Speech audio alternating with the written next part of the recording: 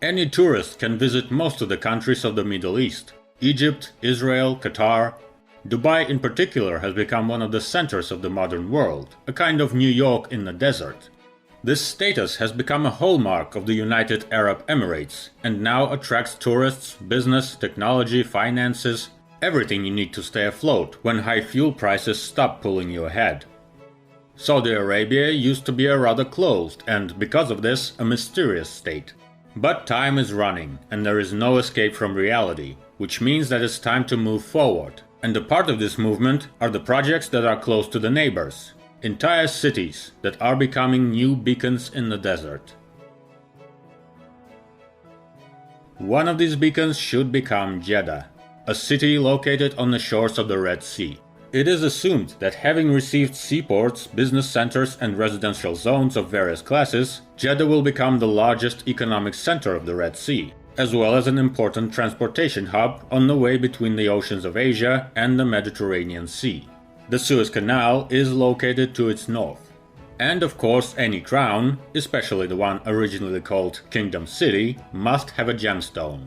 It was found quickly, the Kingdom Tower project, now known as Jeddah Tower, the future pearl of the city and the tallest skyscraper in the world.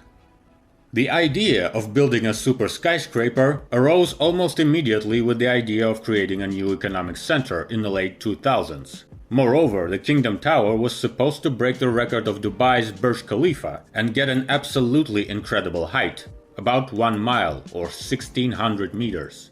Therefore, the building was sometimes called the Mile High Tower. However, ambitions turned out to be too expensive, even for the rich construction companies involved in the project. Several $billion in context of the global economic crisis was a bit too much. They rejected the idea of a mile, reducing the approximate height to 1 kilometer. Although it is worth noting that the exact height remains a secret, and we will know it only when the building receives its spire. And this is quite acceptable. Even with such a reduction, the tower will still be about 180 meters or 600 feet higher than its rival from Dubai. Preliminary work began in 2008, when soil research began in a desert area north of the city. It was necessary to prove that this place is even capable of withstanding such a, putting it mildly, massive structure. According to a number of sources, in addition to financial limits, it was the ground constraints that forced the builders to reduce its height. The main architects of the project, after a lot of tenders and proceedings, became the Adrian Smith Gordon Gill Company, or ASGG for short. Entering the competition with many distinguished architectural firms, the company won thanks to the rich experience of building similar objects. In their portfolio are the skyscrapers such as Jinmao Tower in Shanghai, Zifeng Tower in Nanjing, Trump International in Chicago, the famous eco-friendly Pearl River Tower in Guangzhou, and, as a cherry on the cake, yes, the Burj Khalifa Tower is also their child. The construction contract for about $1.23 billion was signed in 2011. Moreover, this sum was about $300 million smaller than the amount spent on the construction of Burj Khalifa. This fact is explained mainly by the technology already developed by the architects in this field, as well as cheaper labor compared to Dubai. Then, in 2011, the world saw the first images of the future building and found out the height, about 1 kilometer.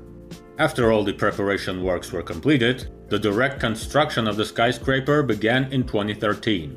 The first facilities started rising above the desert by the fall of 2014. So, what are they up to? The construction of any skyscraper is a serious engineering challenge, and the higher it gets, the more difficult the task. In this context, Jeddah Tower is a record not only in height, but also in complexity. Arises a question of sustainability of such a huge building, its ability to resist the effects of wind. How to organize transportation of people in such a tower, so that without entangling the entire building with elevator shafts, the traveling speed was still optimal. No one will be pleased with the prospect of an hour-long journey from the upper floors to the entrance below. The problem of elevators, however, was already solved during the construction of other skyscrapers, occupying places in the top of the world's tallest. The best distribution of shafts, perfect logistics, two-story elevator schemes and their number, about 60, in principle make it possible to forget about efficiency limitations. One of the most difficult is the problem of excessive load on the concrete core, which in fact holds the entire building like a spine. This problem was solved in a difficult but obvious way. The core gets bigger in cross-section closer to the base. This increases the need for interior space, so the entire building also expands at the basement.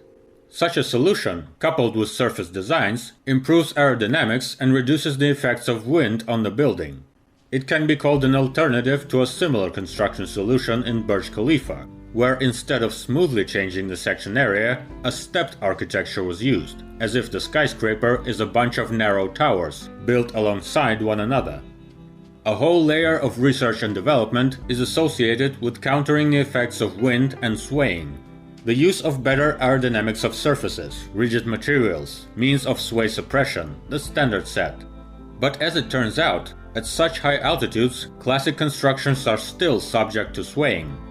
Even the usual tapered towers with spires do not solve the problem, not to mention the classic rectangular objects. They would be rolling from side to side like trees on the wind, with all the consequences for people inside. That is why the building has such a complicated spire, which like a knife plunges into the sky. This is not only a stylish solution, but also a technical necessity. The bases of the two Arabian towers are also similar. 3 beams located on a massive concrete pad.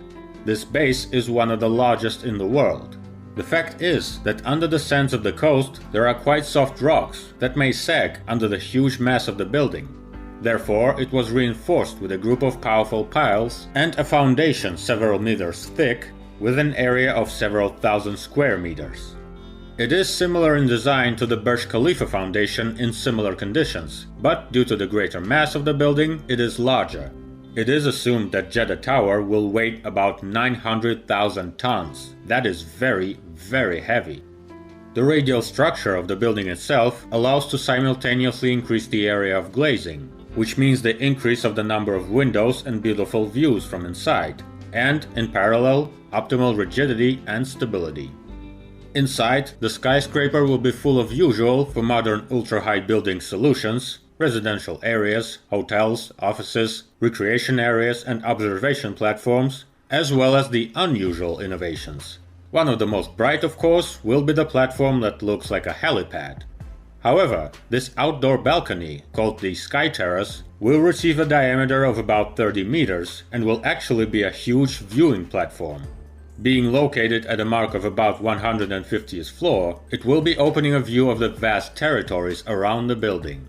In total, the construction of 167 floors is planned for Jeddah Tower.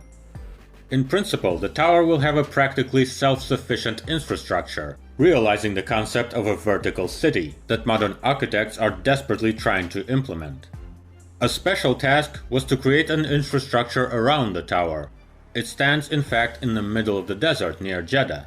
For the objects in direct proximity of the tower, 23 hectares of land were reserved.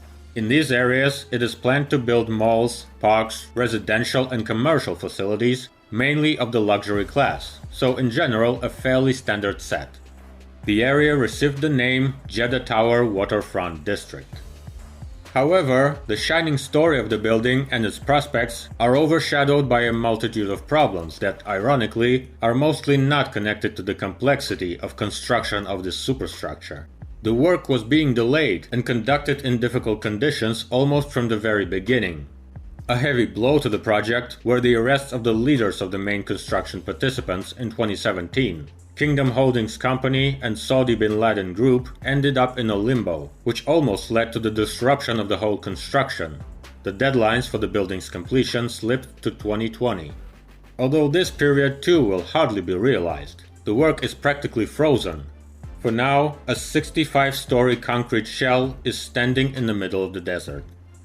Yeah, not a very positive ending of the story. Meanwhile, time goes on, and as the builders in Jeddah are trying to resume work, their competition on the other side of the Arabia are striving for even greater heights. We'll see what comes out of it. And for now, subscribe to the channel. There is a lot of interesting things on the horizon.